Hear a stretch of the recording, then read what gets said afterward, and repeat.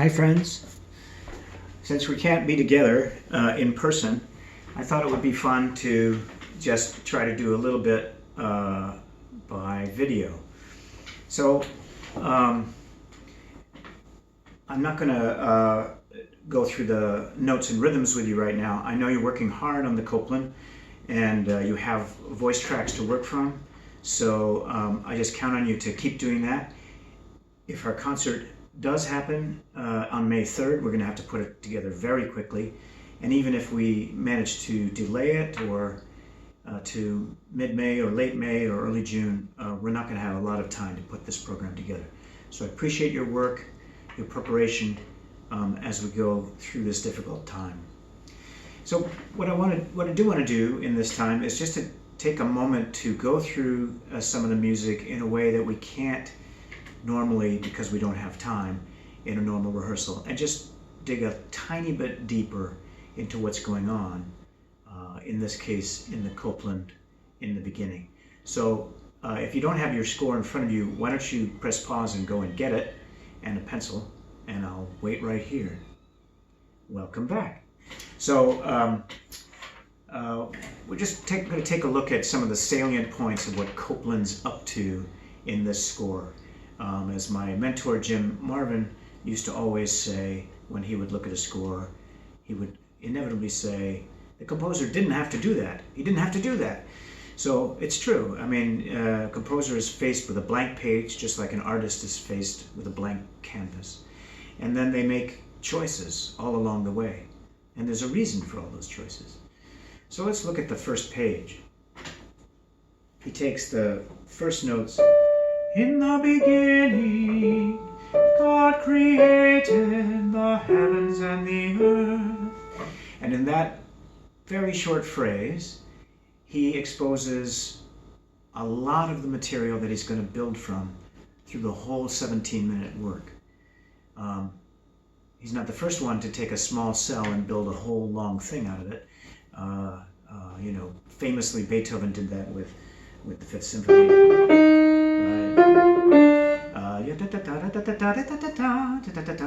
Etc. All this rhythmic motif carries all the way through the work. All four movements, in fact. You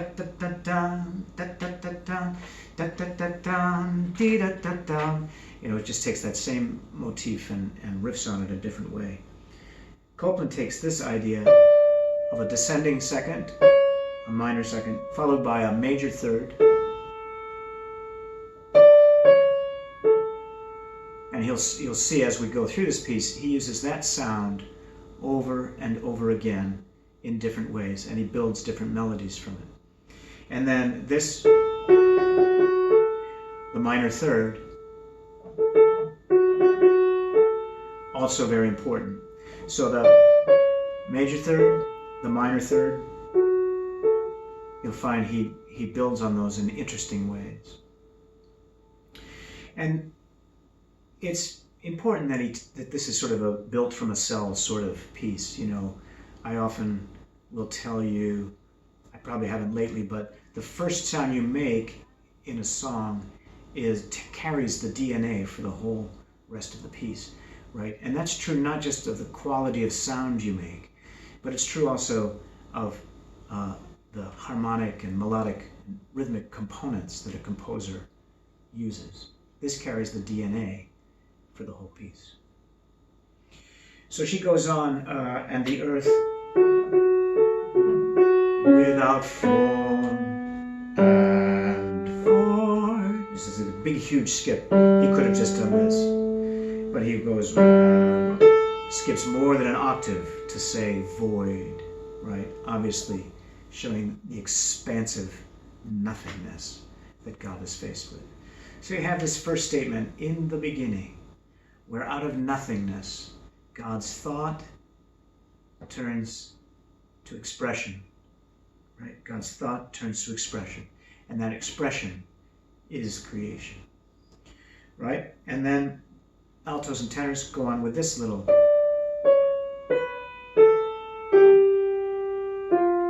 right? And the Spirit of God, right? You would expect, because we're sort of pretty much in D major all the way from the beginning. In the beginning, God created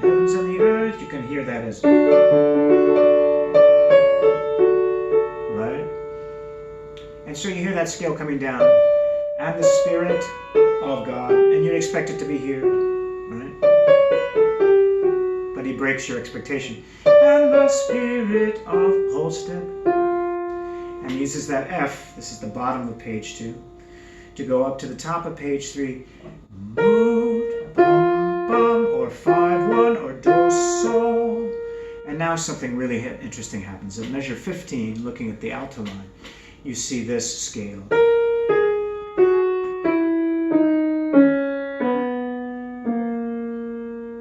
It's a scale, like our major scale. It's made up of all whole steps except 2 half steps. It's the same length as a regular scale, right? 7 individual notes down. But it's a very different placement of the whole half steps and whole steps. Now here's a half step. And then finally the last half step to the last note. Right? And this is a mode. It's one of the Greek modes. It's called the Locrian mode. If I knew anything about making videos, I'd have it spelled across the bottom of your screen right now. Locrian mode. But if you want to write it down, it's L-O-C-R-I-A-N, Locrian mode. And you can look that, you can Google that, you can find a lot of interesting information about that and all of the Greek modes. The Greek modes were 7 modes. 2 of them are the ones that we base our whole Western harmony system on. The Ionian mode, which is the major scale, and the Aeolian mode, which is our minor scale, right? This is the Locrian mode. If you wanted to do it on the piano, you just go from all white notes from B to B. And psychologists have done experiments about what moods or emotions these various modes evoke in people now of the 20th century. And this one, this Locrian mode, is the most unsettling to everybody, musicians and non-musicians alike. It is, or in our case, starting on B flat. It's the most ambiguous, the one that gives us the least sureness of footing. So it's no coincidence that he uses that to say, and the Spirit of God moved on the face of the waters. This is before anything that you could hold in your hand. So it gives us that, and so he uses Locrian for that, and of course he does it in canon, altos and tenors. And we end on a B flat together, and then the soprano or the solo mezzo does that opening motif again. Now a half step higher than it was before, because now we're pretty firmly in E flat.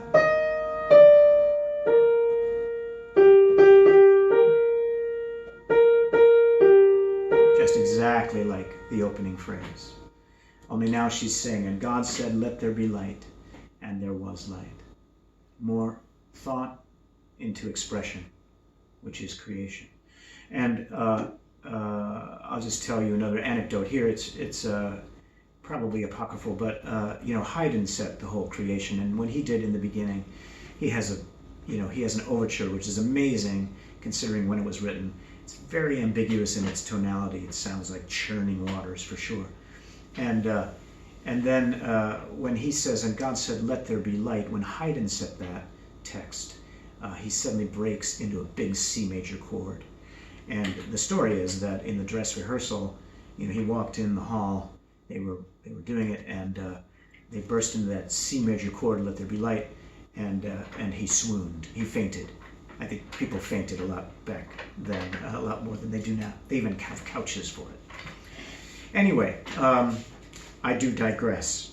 So we're now at the bottom of page 3, going on, and God saw the light. Listen to the soprano part.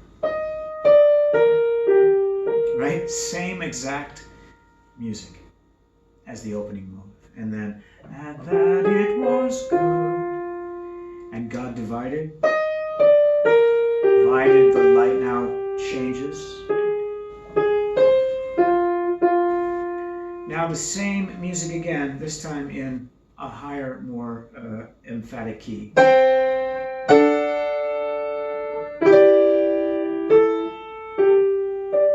Right, same first three notes. Descending, minor second, major third. And then again, and this time he's going to break us. Now we're in G major. Now I'm on top of page 5. Now he breaks it to here. And then, right? So he brought us from D major, basically in the opening, to E flat through the use of that Locrian mode. And then she goes, and so now we're in E flat. Then we break into G major. And then back to E flat by way of E flat minor. That's a minor chord, E flat minor. And then major chord. And the darkness he called light. So darkness, of course, he closes the voice together and brings us into a minor key as well. And then on the word light, major. And then he did, to finish this day off, he does what we've talked about in our one and only rehearsal on this, and that's to take this common tone, right, the E flat, and make that part of the next chord. To C flat, which has an E flat on top, and the morning, and the evening and the morning were the first day. Whoops. Right. So that's the first day, and if that was at all interesting to you, then stay tuned for the second day. Thanks for listening.